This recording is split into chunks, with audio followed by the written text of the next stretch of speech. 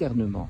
Et quand on a plus de discernement et qu'on peut le partager, on reçoit en retour autant de plus. Et on voit que nos animaux guérissent. Ils n'ont plus de vers parce qu'on a une ferme où les poules y sont, où les oies y sont. Et la poule, dès qu'elle voit qu'il y a une bouse de vache ou une pomme de crotte de cheval, eh bien, elle va se donner sa mission terrestre de ne plus être un oiseau volant, mais un oiseau qui marche sur le sol et qui veut faire que l'herbe reste propre. Elle va donc gratter sur l'herbe tout ce qui est les crottins, en y sortant toutes les vermines et en invitant, si vous voulez, les animaux qui ne sont pas domestiques, les oiseaux donc autour de nous, mais aussi les coléoptères dans la terre, pour venir achever le message.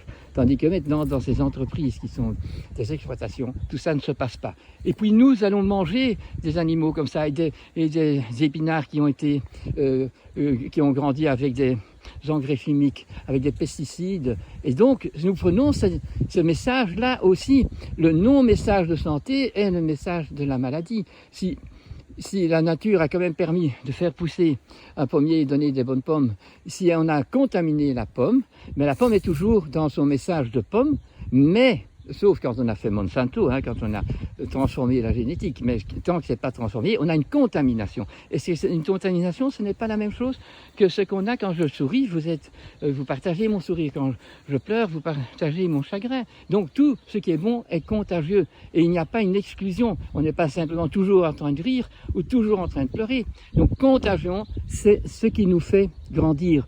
On doit donner la contagion des découvertes qu'on a faites et pas pousser les gens à suivre vos inventions qui rapportent beaucoup d'argent, qui entretiennent la maladie, grâce aux vaccins, grâce à toute l'imagerie, grâce à tout ce qui est devenu le message de notre économie et qui est donc plus jamais écologique. Alors sachez aussi que c'est parce que nous sommes doués de la raison, et la raison c'est possible que parce qu'on est dans l'imaginaire, et que quand on a le don de l'imaginaire, on peut quitter la terre en y restant et rentrer dans ce monde plein de divinité, de force créatrice et d'entretien de la création, en nous donnant l'occasion d'apprendre pourquoi c'est comme ça et pourquoi ça ne peut pas être autrement.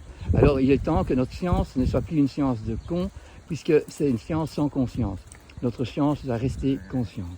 Et c'est ce que j'espère par ces petites vidéos, essayer de vous donner la contagion du désir de comprendre mieux et de remettre une relation entre tous les animaux. Moi, je vois ça bien, par exemple, quand vous allez avec des chiens en promenade, eh bien, combien de chiens sont racistes avec les humains, avec les autres chiens, parce qu'ils ont perdu le langage du chien. Et c'est pas à cause d'eux, c'est à cause de la façon qu'on fait l'élevage. Ce n'est plus de l'élevage, c'est de la production de chiens.